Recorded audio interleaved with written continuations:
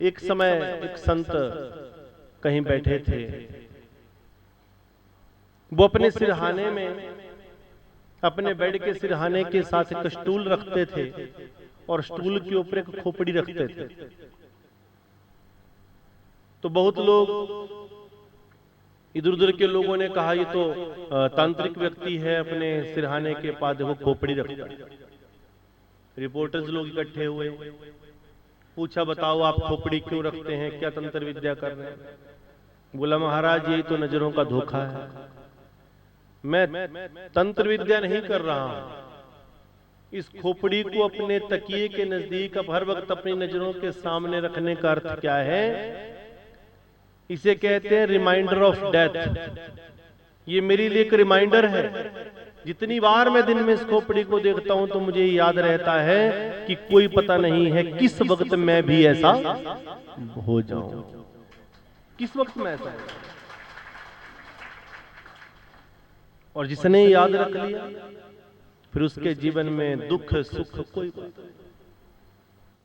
आपकी जिंदगी में भी दुख आते होंगे, हमारी जिंदगी में भी दुख आते होंगे, और सच कहें तो हो सकता है आपकी जिंदगी में दुख कम आते होंगे, हमारी जिंदगी में ज्यादा आते होंगे। याद रखना, जितना आप धर्म के मार्ग पर चलोगे उतनी ही परीक्षाएं ज्यादा होंगी, कम नहीं होंगी।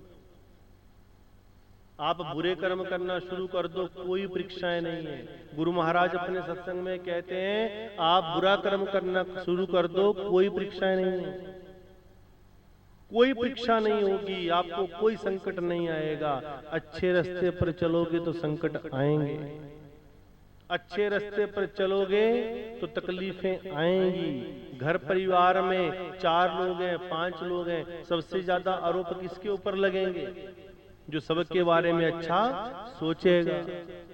मान लीजिए एक परिवार में 10 लोगों का परिवार है, 2 जेठानी है, 2 देवरानी है, सास है, ससुर हैं, सब हैं, तो सबसे ज्यादा आरोप किसके लगेंगे? आलोचनाएं किसकी होंगी? जो सबके बारे में अच्छा सोचेगा उसी की आलोचनाएं होंगी।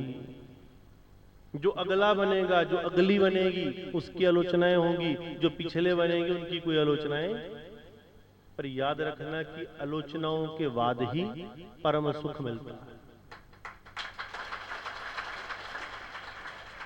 आलोचनाओं के बाद ही परम सुख है, दुख को सहन करने के बाद ही सुख है।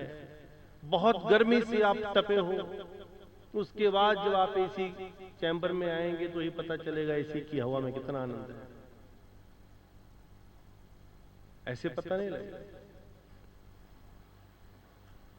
10 सेवादार धक्का देंगे, 10 सेवादार बदतमीजी करेंगे, फिर जब आप गुरुजी से मिलेंगे तो ही आपको पता चलेगा कि गुरुजी का प्यार कैसा है और सेवादारों की धुतकार कैसी है। डिफरेंस कैसे पता चलेगा? तो ही तो पता चलेगा।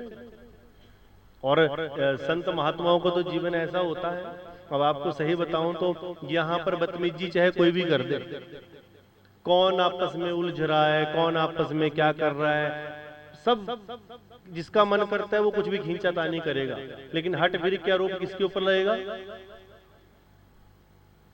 भगत ने गलत किया तो भी गुरुजी गलत, नए ने गलत किया तो भी गुरुजी गलत, पुराने ने किया तो भी गुरुजी गलत।